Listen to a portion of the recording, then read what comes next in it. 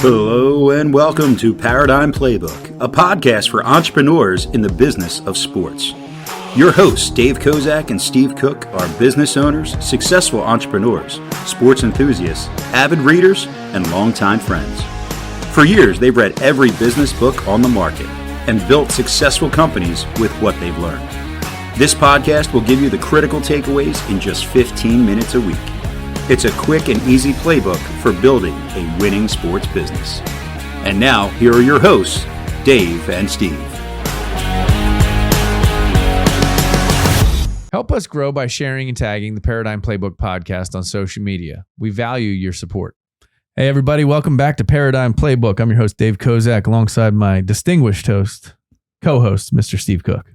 Good morning, Dave. When did I pick up the distinguished? I feel like age has its privilege, I Steve. think that's a charity designation, but I'll take it. So for the regular listeners, right, we talk about all kinds of business subjects. And one that has kind of circled back into my life recently is answering to the business. And in a lot of the consulting I've done with small business owners, there is always the underpaid owner of the business who, is the first person to say, I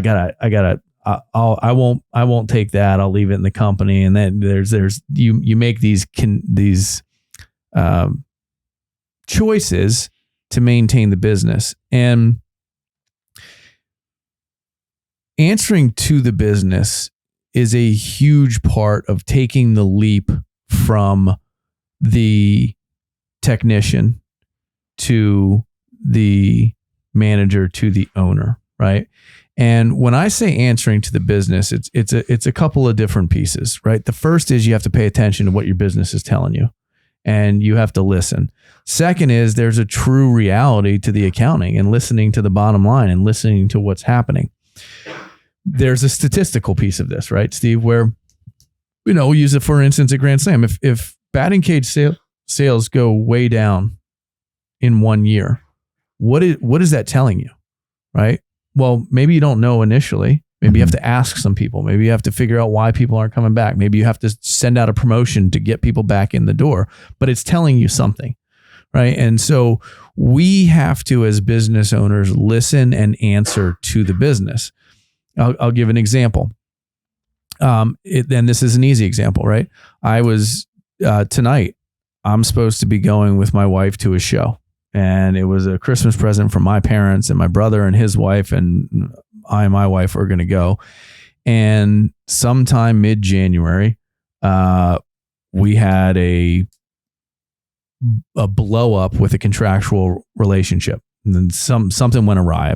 The employees weren't happy with each other. There was rubbing and it got bigger and bigger. And I'm sitting here going, what happened?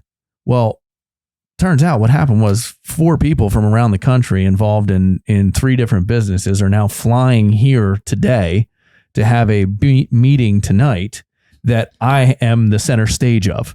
Yeah. And so my first instinct was, no, I can't do it, right? Because I had plans. I had something.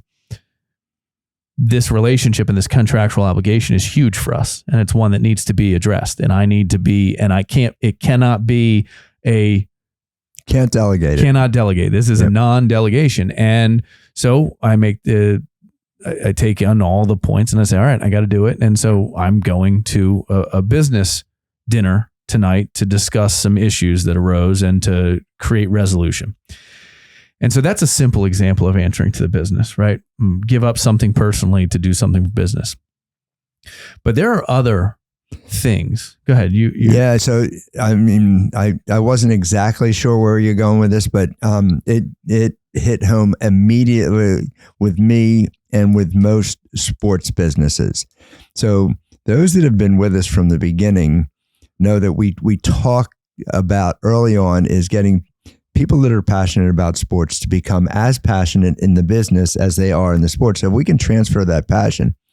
And so sometimes it makes you make the decision within the business to extend the business or maintain the business. And here's where it happens is your passion coming in may be the top level of a sport, whether it's baseball or gymnastics or dance, and that prima ballerina or that, hey, college bound baseball player, this guy's going to go D1, all of a sudden. And then as an owner, you're saying, I have to watch how I'm dedicating the allocation of the space of my business based on this. And, and almost every sport, the younger the age, the greater the operating profit from within that division or cohort, we'll call it. Yeah, whatever it is, you're making more money there. And as the athlete gets smaller, they need more equipment, more space, more individualized coaching. So you're spending more at the higher level. And at some point, as a business owner, you have to answer to the business and say, boom, to the point where, and I will be one of these that will recommend, say, you know what? I think you can play college ball. You know who would be a good coach for you? Yep. And they don't work for me. And I first met a gymnastic club owner 20 years ago that made this decision. He was coaching one of the highest level elite teams. He had 12 girls that were so good and they were at the top and one year he just said, I'm cutting out my elite team. I'm going to focus all on the kids. I think it was 5 years later, he sold his business for $6 million and retired because he made that decision on behalf of the business. And I'm not saying you have to do it. And if you prefer working with those, by all means, keep doing it. Just understand what you're doing. Yeah, there's an opportunity cost to it. Right? Exactly. And if that's what you like, that's great. But you have to figure out how to balance the budget. So Steve, there's no better example than that, right? In answering to the business. But I want to extend the concept a step further. I've been consulting with a pretty decent sized construction company. They do residential, small commercial, residential construction from, redoing a bathroom to building a full house to an addition, whatever. And the owner is sort of chief operations officer of the company. And he's at a point where he can't do all that he needs to do. Mm-hmm. And we sat down, and the company was probably $5 million at the time. The first time we sat down, and I was going through payroll, and I was looking at what he pays himself versus what he pays his guys and his support staff and all that. And I basically told him, I said, dude, you're underpaying yourself for the job you're doing. And if you don't increase that, what happens is you can't do that job anymore, and you need to replace yourself, and you can't afford to replace yourself because you're doing the job for half the pay. And so in doing that, he's not answering to the business, right? I said, I took you out right now, and all you could do was negotiate contracts. That was the only thing you could do. You couldn't estimate, you couldn't visit clients, you couldn't do all that stuff. What would it cost to replace you in that role? I said, well, that's what you need to pay yourself until you are delegating those roles out and paying people to do them. Or until pre-sale, you recast the business and you're putting it in there anyway. Correct. And so the big aha moment was answering to the business is it's a monetary answer. It's a needs answer. It's all of these things. But if you're not paying attention to it, we as owners, a lot of times will, okay, well, I'm good. I don't need to, I've hit a level of comfort in my life. We'll just reinvest it in the business and reinvest in the business. And suddenly you scale and you don't have the financial structure or the corporate structure to be able to actually scale appropriately. Mm-hmm. And so you have to be eyes forward on that type of stuff. And that's answering to the business, eyes forward. Well, if I can't do, let's say you as an owner, you do your overall management, and then you do the books of the business at the same time. So you spend your days working behind the counter, Steve, and you spend your nights. I know who does this for you, but you spend your nights and you're counting money and your profits and losses, and you're doing your journal entries and all that stuff. Well, what happens when you can't do that job anymore, but yet you haven't figured out budgetarily how you would afford doing it differently, because that person is just taking that on because they're the owner, and it's the end of the day, if it's profit, it's mine, right? Well, what if you need to pay someone $100,000 a year to do that, but you don't have that in the budget?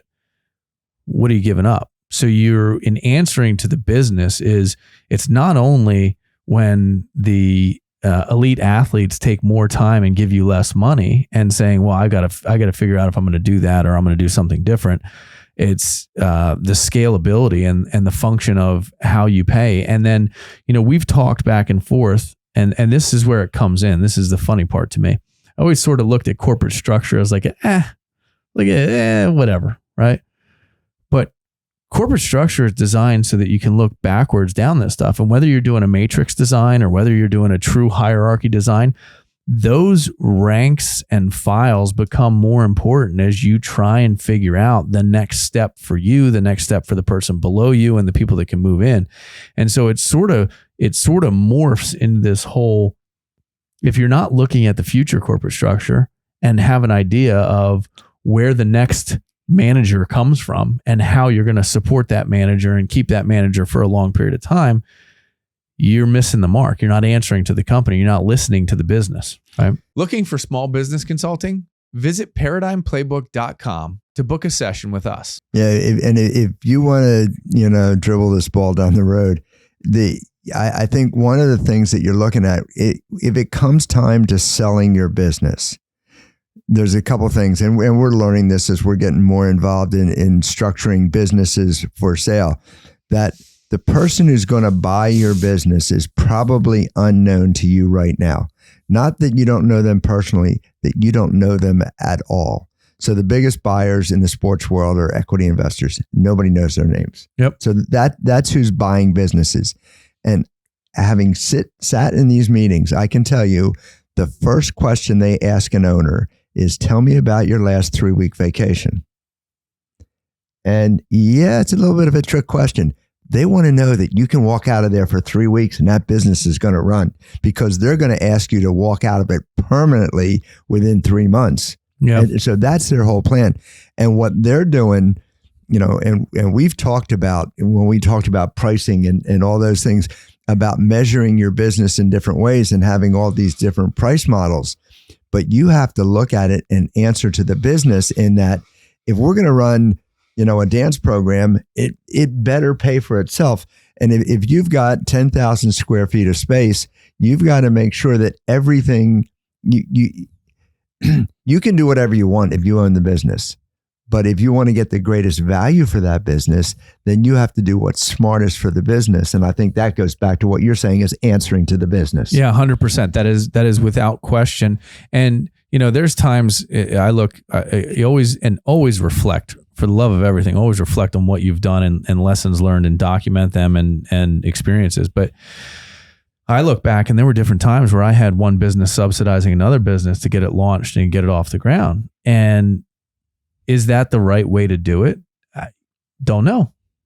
Sometimes you have to, right? Sometimes if you don't have the financial support of something else, there's no way to launch into a new pathway. But how quickly can you get it to be self-fulfilling and its own profit center is a huge thing. And if you're not listening, and Steve, this goes back a few weeks where we were talking about, know your numbers, right? Mm-hmm.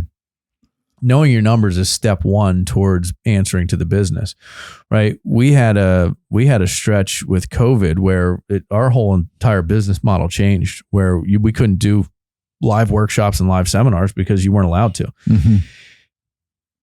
I won't comment to whether that was legitimate or not, but we weren't allowed to operate in business. And so we had to reinvent it. Well, that was a very unique time where I had to answer the business incredibly. I had to pour hours upon hours into it that just to survive.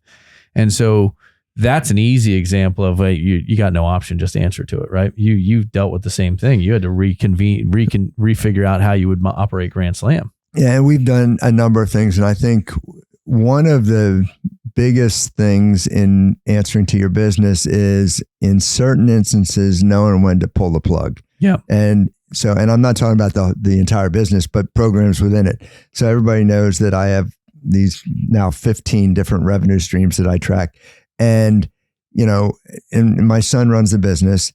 And every year we have the discussion about, once we rank the 15th, is it worth improving, reinventing, or pulling the plug? Yep. And so we've been through it. We opened up a skate park, and I tell the story about it was at the height of skateboarding was getting real popular, and we built the best ramps and rails and fenced in an area, and we had we had the music set up, we had everything going, and so you get $150,000 invested in something, you're a bit mentally invested in that as well.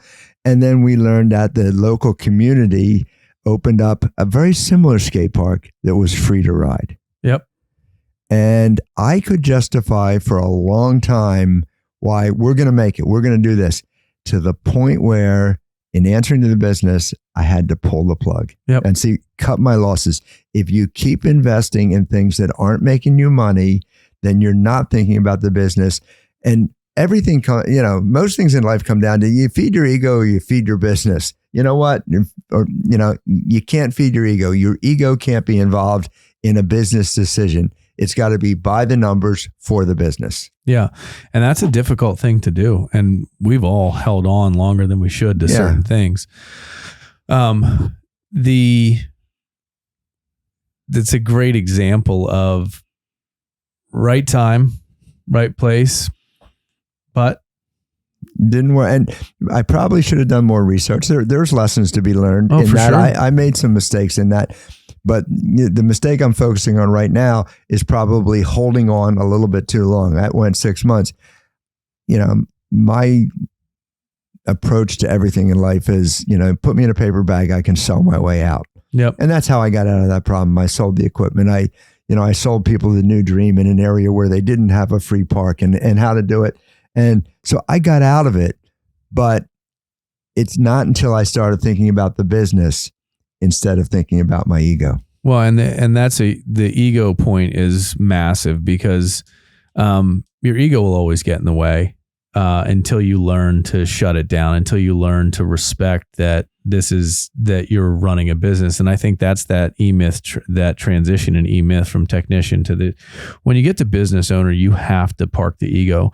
We have a statement in our partners meeting where we call check the egos at the door, right? So when nobody's coming in, I don't care if it was a good idea last week. If someone's going to tell me, we want absolute, and this is another concept that I think everybody should embrace, which is called radical candor. Mm-hmm. And that is just, you are being candid about your thoughts, beliefs, and what's going on so that you can come to conclusions and decisions in it. But if you allow the ego into those decisions, you will certainly push forward something that, is just not in your best interest. And it's not listening to what the numbers, what the business model, what the client is telling you. It's pushing forward an agenda for personal gain. Well, and it's not even personal gain. It's a hanging on to something that shouldn't. Yeah, and we have another thing that we have a lot in the sports business is comfort activities, things that we do because we're comfortable. And to me, it's working at the counter.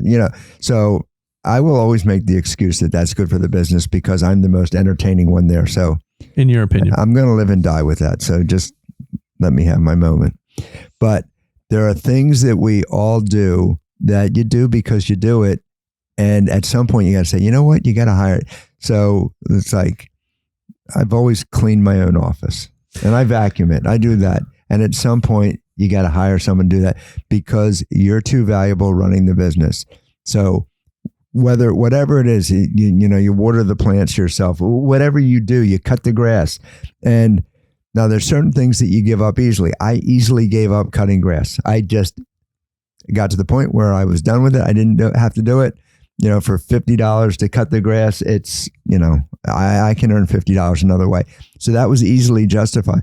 There are other things that are a little bit more of an investment, and you have to bite the bullet on those things and say, okay, for the good of the business, I got to get out of doing that little thing. And maybe it's the first time you hire a, full-time or part-time accountant that's actually doing your daily books for you. Maybe that's the point you say, okay, I've always done that, but that's this number dollars per hour and I'm at this number dollars per hour. For the good of the business, I've got to shift. Yeah. The listening to the business is not always easy. One of the hardest things to do is to say no, right? As entrepreneurs, you're by nature an opportunity person, right? That is what is there. There's an opportunity. I've got to take advantage of it. And I learned this lesson the hard way, in wanting to be so many things and taking on the next opportunity, the next opportunity, the next opportunity, the next opportunity. And you get yourself to a point where you reach your level of incompetence, right? Mm-hmm. And so as entrepreneurs, and I've had, I don't know, probably 30 phone calls of people that wanted to start businesses or wanted me involved or wanted me to volunteer or wanted me to be on the board and I just got to, no, I cannot do that right now. That's not where I am in life. That's not where our business is. It's not something that's going to be fulfilling to me. It's something that's going to be a burden. It's something that's going to detract from some other part of my life that matters, right? And so the art of saying no is a very good skill to understand. And it's funny because as parents, right, with young kids, you're no. And the first word kids typically learn is no, right? Yeah. But as business owners, we could probably work that out. Or let's figure that out. So you have to figure out a way to measure. So I think everybody needs that person in their business that will give you that radical candor on a regular basis. I'm lucky at Grand Slam because my son has no qualms about smacking me in the back of the head and saying that's stupid. So there's a lot of things that I want to do, and someone comes in and says, I've got 80 people coming in here for a birthday party, and he just looks at me and shakes his head and says, you realize that's a Wednesday, we're booked up, so he thinks that through. So training your people to one, think about the business first and then approach you with the radical candor. I think that's all important. And I mean, the whole idea of answering to the business first, and it's a really interesting topic, and it's something that we probably could really dig in deep. Yeah, from a philosophy standpoint, right? You're the business owner, you are the business. If you have that mentality, you never answer to the business, and you have to learn that. That is something, like, if you want to scale and grow a business, then it's an absolute must. And one of the hardest things that I've experienced, and I've talked about this before on the show, is I know that I could do it. If you and I sit down, I know that I'm doing it. But if I put my next person in line to sit down with you and you walk out the door and I'm like, man, you can't fall back into that seat except for in a temporary situation where you got too many clients and somebody's got to step in and help before you can hire the next person to take that role on. And there are times to take a step back. I'm not saying there aren't, but delegation and watching and helping and teaching others to fail and fail quickly so that they can move over that failure mark is a huge thing and a painful thing as a business owner to watch. And sometimes the best thing that a business owner can do by getting themselves away from certain things is to create space so that they recognize the next opportunity. So sometimes, you've been there where you're so nose down in the desk and running so hard that, the greatest opportunity could drive down the street and you're going to miss it because you're just so get your business to that comfort level where you're there because the opportunities are coming, and you just have to be ready and be able to recognize them. Yeah, for sure. And I love the 3-week test, right? Can you actually go away for 3 weeks and things are still operating when you get back? That's a big deal.